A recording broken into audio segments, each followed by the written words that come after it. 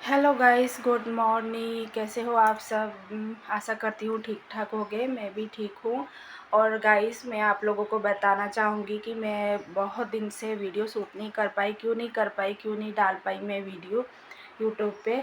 और क्योंकि घर में बहुत सारी प्रॉब्लम हो रही है। 1.5 महीने से यही चल रहा है मेरे घर में। क्योंकि माता जी एक को निकल रही है, एक को छोड़ रही है, एक को निकल रही है, एक को छोड़ रही है, ऐसे हो रहा है।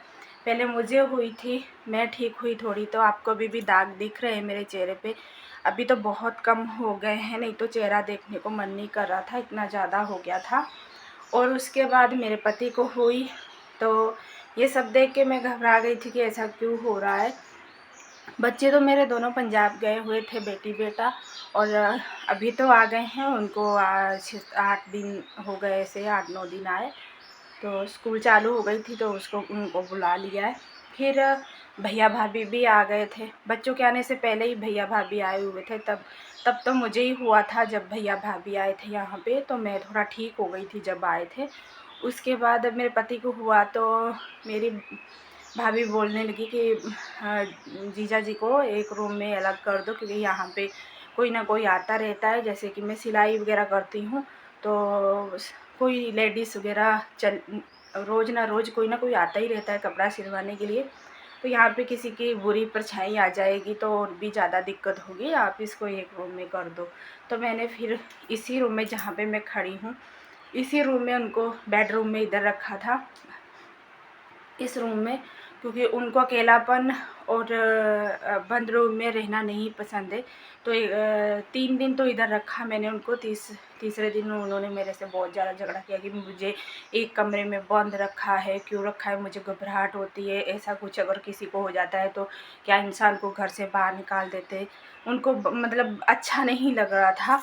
तो मैंने बोला कि मैंने आपके अच्छे के लिए, भले के लिए ही ऐसा किया है।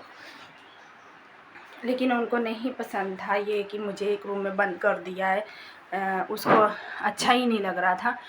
तो गाइस, मैं उनको बोली कोई बात नहीं, आपको बाहर आना है तो बाहर आ जाओ। तो मैं ज़्यादा झगड़ा नहीं बढ़ाना चाहती थी, उनको चिड़चिड़पना नहीं करना चाहती थी कि उनको चिढ़ आ जाए ज़्यादा।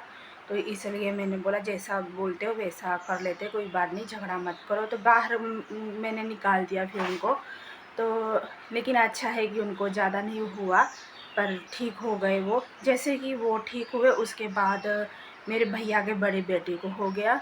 अभी मंगलवार को हम लोग उनकी पूजा दी। कल से बेटा कुछ ठीक है, होश में है, नहीं तो बहुत ज़्यादा वो भी मेरे जैसे कि ये मेरे दिख रहा है आपको, इसी तरीके से उसको भी हो गया था। बड़े बड़े मोती जैसा सब निकला था, वाइट मोती जैसे, वाइट ही मोती समझो। और लड़का बिल्कुल होश नहीं करता था उतने दिन। बड़े बड़े लोगों को ऐसे होता है, जैसे अब हम लोग, हमें हुआ था तो हम लोग उतने दिन में कुछ भी खाने को पीने को मन नहीं करता था। मेरे हस्बैंड भी नहीं, कुछ भी नहीं खाते थे। मैं उसको सेवई वगैरह या फिर जैसे साबूदाना ऐसा सब बना के देती थी, तो कुछ भी नहीं खाते थे। दूध में बनाती थी, कुछ भी नहीं खाते थे, भूख नहीं लगती है।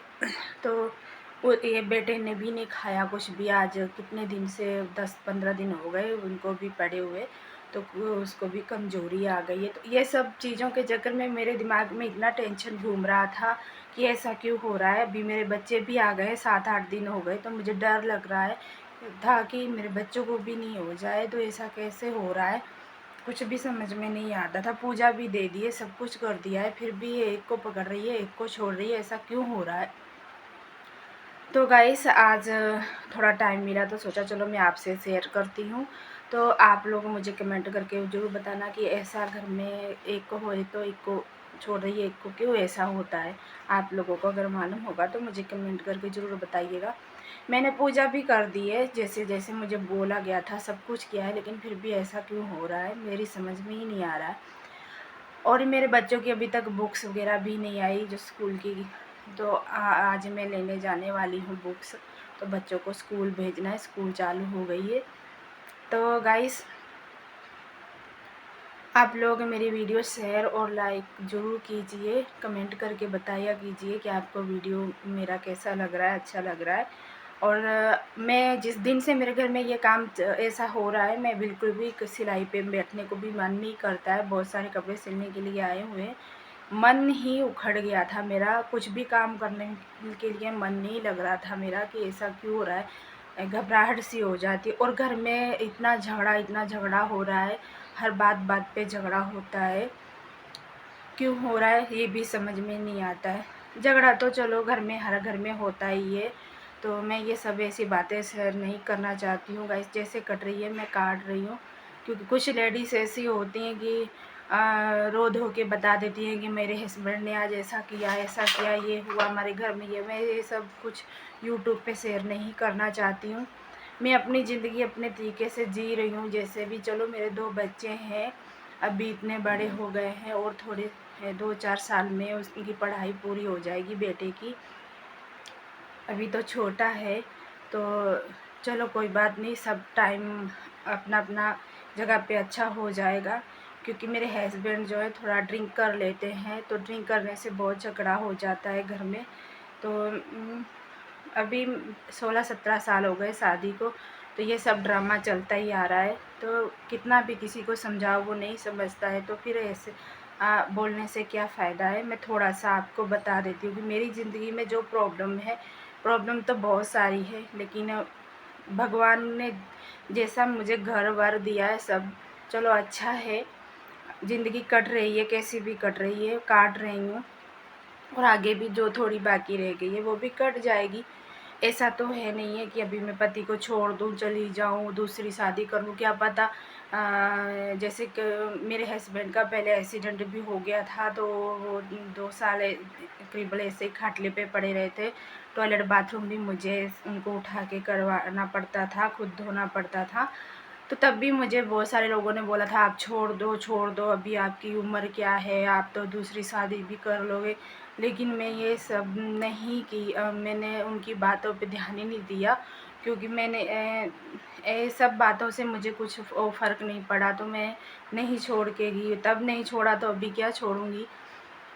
जिस टाइम मुझे बोला जाता था, सब लोग बोलते थे कि ये ठीक नहीं होगा, ये चल नहीं पाएगा, इसका पैर कटवाना पड़ेगा, ये है वो, बहुत सारी बातें होती थी इधर उधर से, बहुत कुछ इनके परिवार में से ही बोला जाता था। तो मैंने नहीं कि मेरा मन में यही था कि मेरे पति उठेंगे चलेंगे।